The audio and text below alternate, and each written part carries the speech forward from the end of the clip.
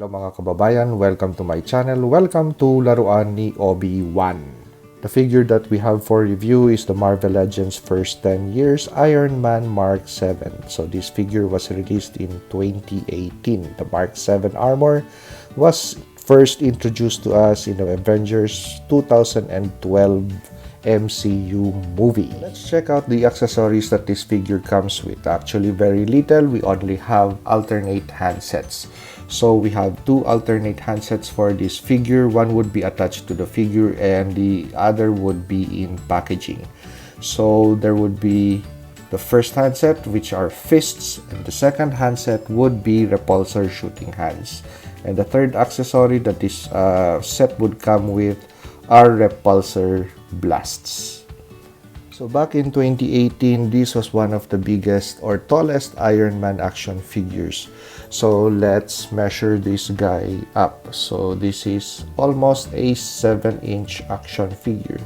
So actually, I'm reading a 6.75-ish something on this tape measure. So let's compare this with the other figures we have on board. For point of comparison, we have two other Iron Man action figures on board. So we have a more classic looking Iron Man figure which was released last year, and we have an older Iron Man War Machine action figure.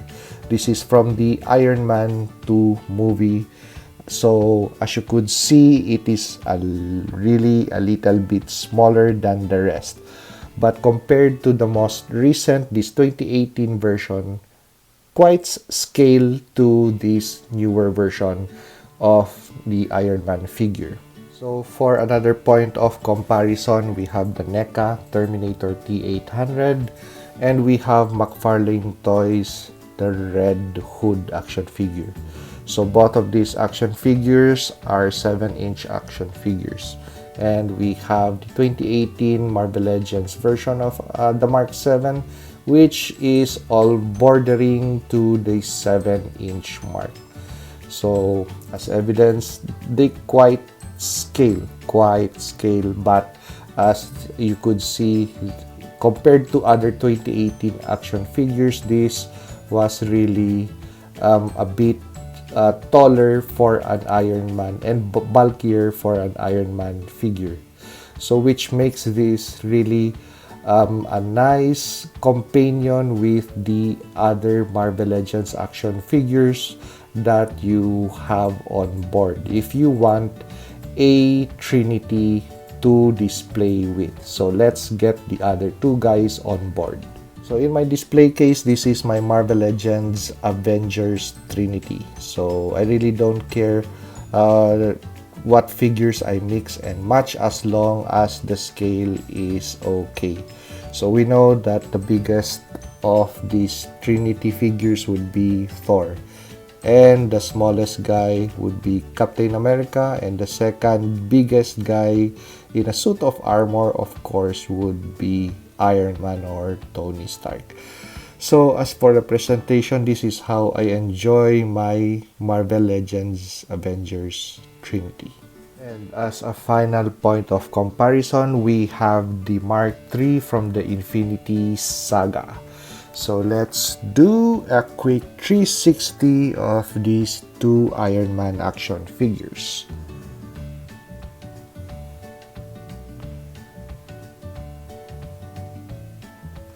And so I thought of doing a head swap of the Mark 7 with the Mark III alternate head sculpt.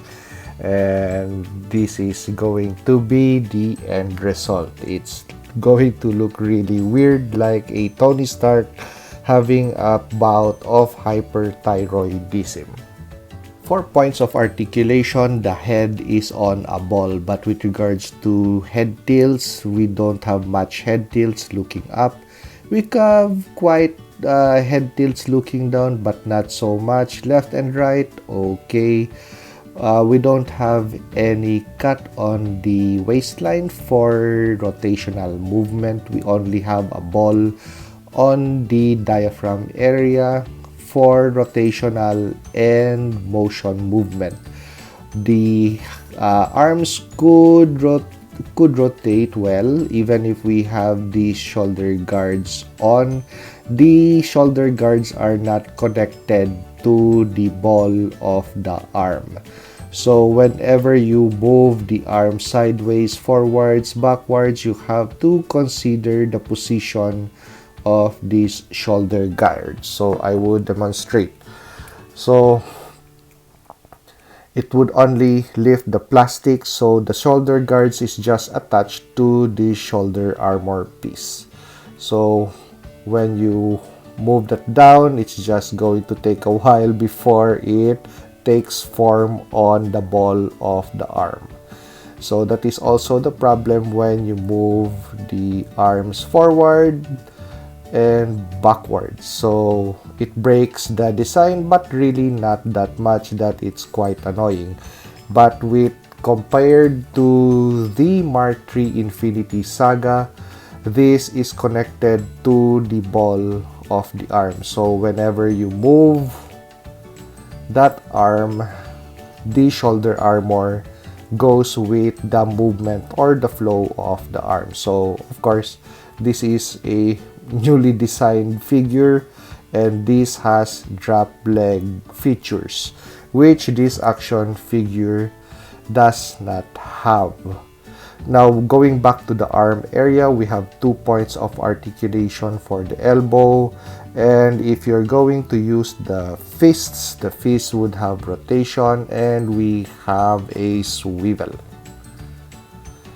Now going forward to the leg area, 2 points of articulation for the knee, and we have a ball and a rocker for the foot. We also have a cut on the thigh for rotational movement.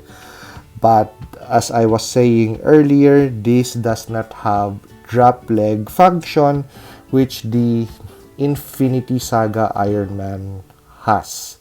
So when you do this, you could do more articulation with the Infinity Saga Iron Man figure. So you could pose this on a 3-point stand or that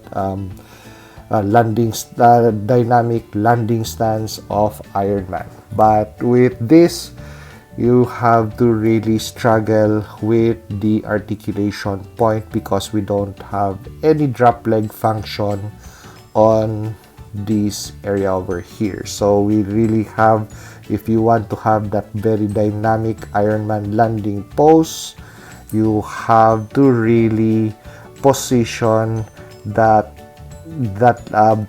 this area over here to a certain degree. So it really is quite an effort to do that. But I think it is doable, so I still need to do more practice with this figure to really find that spot where I could pose it in that very dramatic way. But with regards to articulation point, really still okay. We have enough clearance for this very thick thigh to engage if you want a forward kicking motion. But that is as high as you could get, so quite decent. The last area for articulation for this Mark 7 would be on the back. So we have flaps that could be manipulated that way. So this is what the Iron Man Mark 7 is known for, to have those stabilizer flaps.